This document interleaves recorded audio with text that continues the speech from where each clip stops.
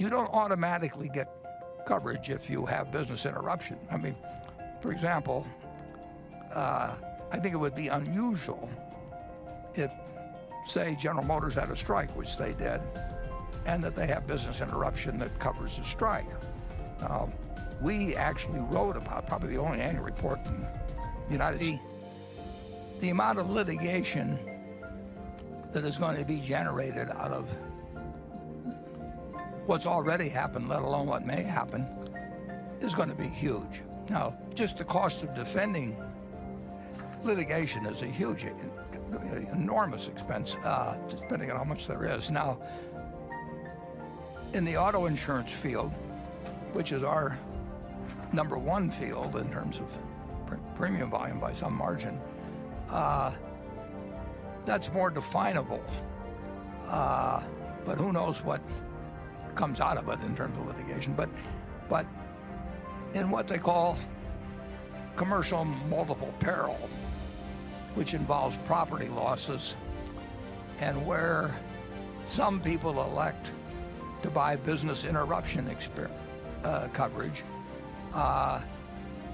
many policies, quite clearly in the contract language, would not have a claim for business interruption under a commercial multiple peril policy where you've elected that. But other policies do. I think I know of one company, I don't know the details, that's written a fair amount where they cover, or certainly there's a good argument perhaps that they cover business interruption that might arise from a pandemic. Well, they're in a very different position than the standard language, which says that you recover for business interruption only if there's involves physical damage to the property. And you can buy all kinds of different policies. We are not big in the commercial multiple peril business. So, I mean, this is not like our auto business or anything of the sort. But we will have claims, we'll have litigation costs, but proportionally, it's not the same with us as with some other companies which have been much heavier in writing business interruption as part of a commercial multiple peril. But you don't automatically get coverage if you have business interruption. I mean, for example, I think it would be unusual if, say, General Motors had a strike, which they did, and that they have business interruption that covers the strike.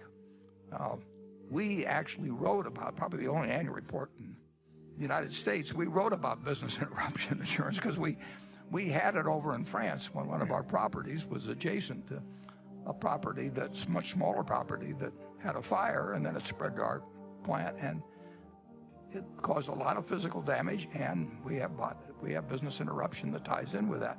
But if we had some company we were selling auto parts to and they had a strike, our business would be interrupted, but it's not covered by that. I mean, that is not part of the coverage unless you specifically really buy it. So there's some claims that are going to be very valid related to this, the present situation.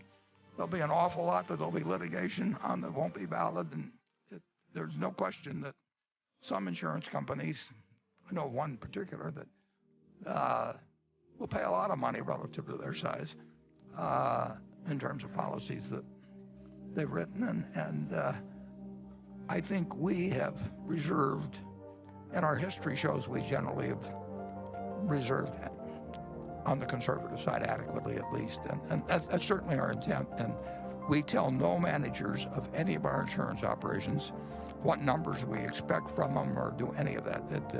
They evaluate their losses and they build in something for social inflation. They build in things for all kinds of things. And generally speaking, Berkshire's been pretty accurate in its reserving, and I have no reason to think that we're otherwise than that currently.